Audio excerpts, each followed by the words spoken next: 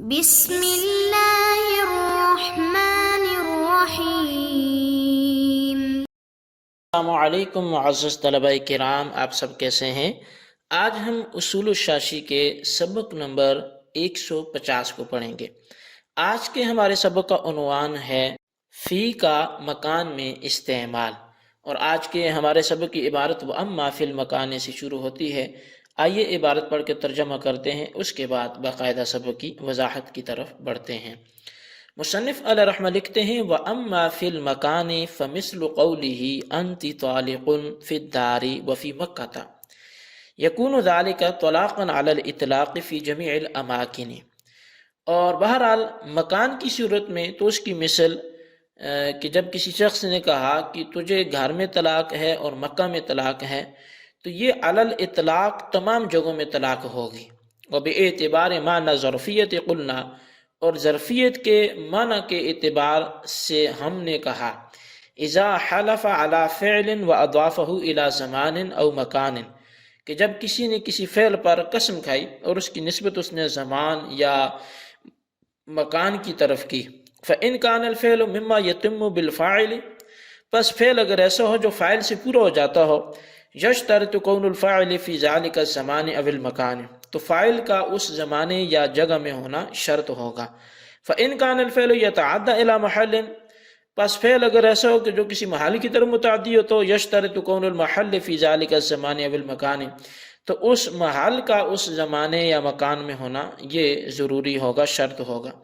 لأن الفعل انما يتحقق بأصله وأصله في المحل، اس لیے کہ فعل اپنے اصل سے ثابت ہوتا ہے اور اس کا جو اثر ہے وہ محل میں ہے۔ قال محمد فی جامع الکبیر،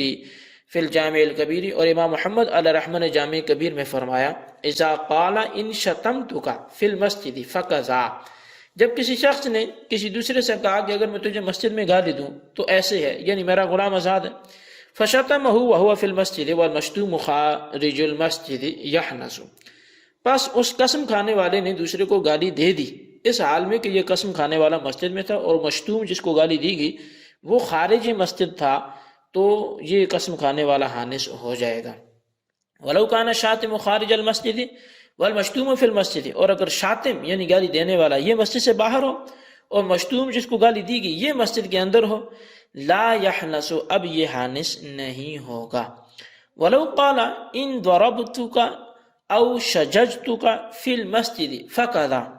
اور اگر اس نے یہ کہا کہ اگر میں تمہیں ماروں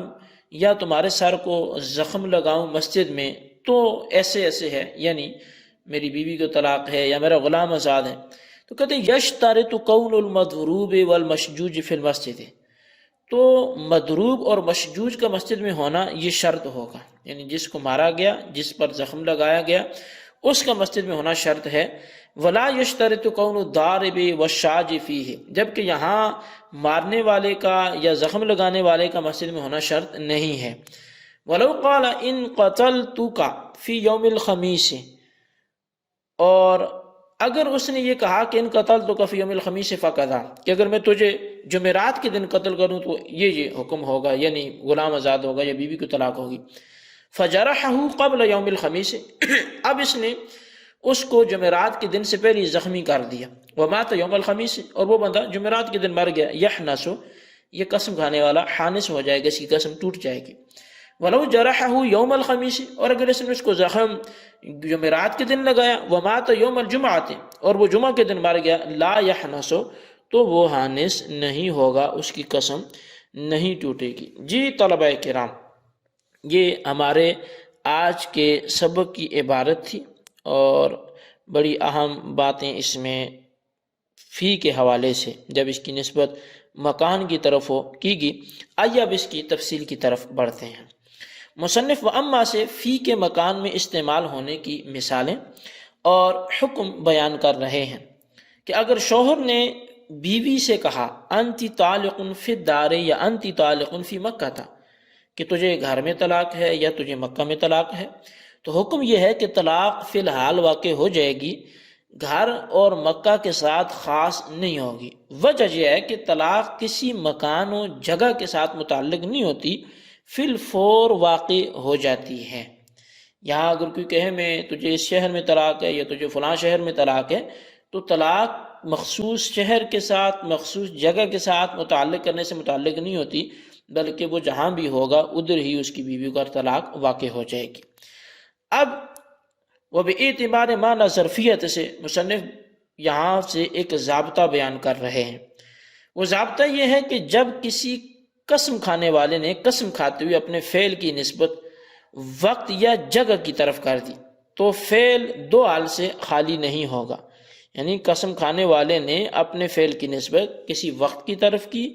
یا قسم کی نسبت جگہ کی طرف کی تو وہ فعل دو حال سے خالی نہیں ہوگا کہ وہ فاعل پر پورا ہو جاتا ہے یا فاعل کے علاوہ محل و مفعول بہ کا تقاضا بھی کرتا ہے۔ یعنی جیسے ہم لازم متعدی بولتے ہیں کہ یا تو فاعل پر بات پوری ہوگی، مفعول کی ضرورت ہی نہیں ہے، یا پھر مفعول کے بغیر فعل پورا نہیں ہوتا۔ اگر فعل صرف فاعل پر پورا ہو جاتا ہے، یعنی وہاں مفعول بہ کی ضرورت نہیں پڑتی، تو قسم کھانے والے کے حانث ہونے کے لیے ضروری ہے کہ فعل کو جس زمان یا مکان کی طرف منسوب کیا ہے اس میں وہ موجود ہو۔ اگر فعل متعدی ہے، یعنی کہ وہ وہاں فاعل پر ہی پورا نہیں ہوتا بلکہ مفعول بہ کا بھی تقاضا کرتا ہے، محل کا بھی تقاضا کرتا ہے، تو قسم کھانے والے کے حانث ہونے کے لیے ضروری ہے کہ مفعول اس زمان یا مکان میں موجود ہو کہ جس کی طرف فعل کو منسوب کیا ہے۔ تو جب لازم ہوگا تو اس کا اپنا وہاں موجود ہونا ضروری، اور جب متعدی ہوگا تو پھر مفعول کا اس زمانے یا مکان میں ہونا ضروری ہے۔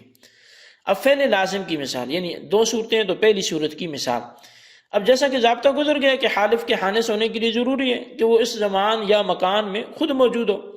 کہ جس کی طرف فعل کو منسوب کیا ہے۔ اب اس کی مثال یہ ہے کہ امام محمد علیہ رحمہ نے جامع کبیر میں فرمایا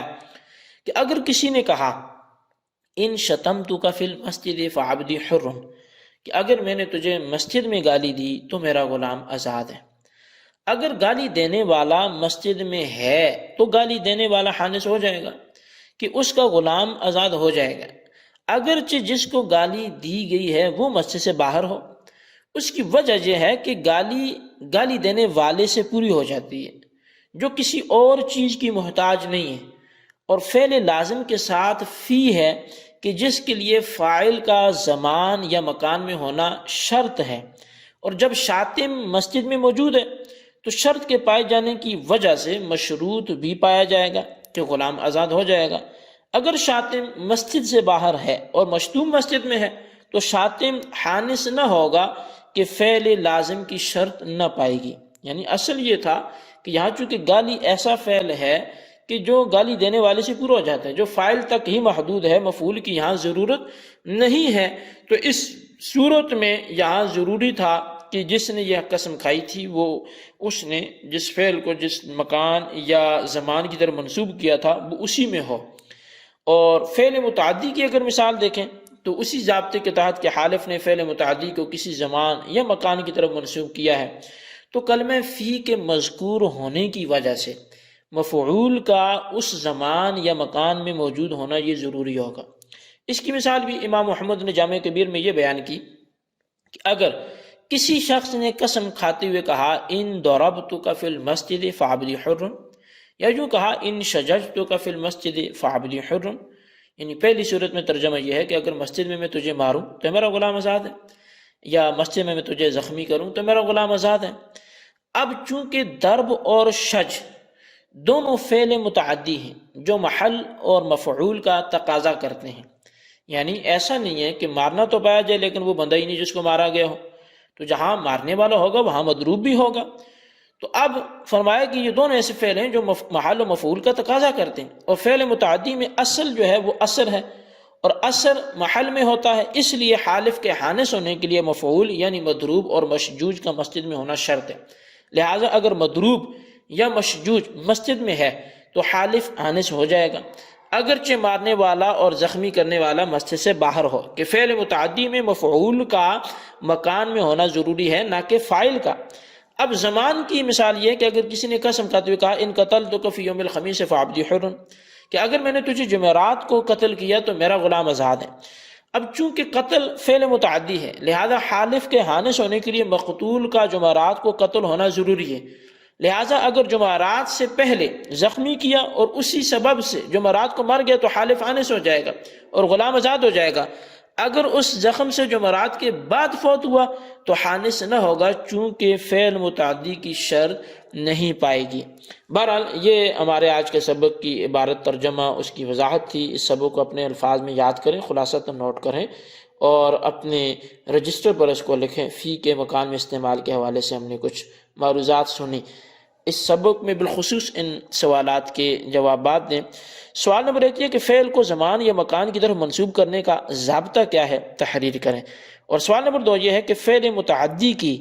مثال فی کے مکان یا زمان میں استعمال ہونے کی صورت میں تحریر کریں۔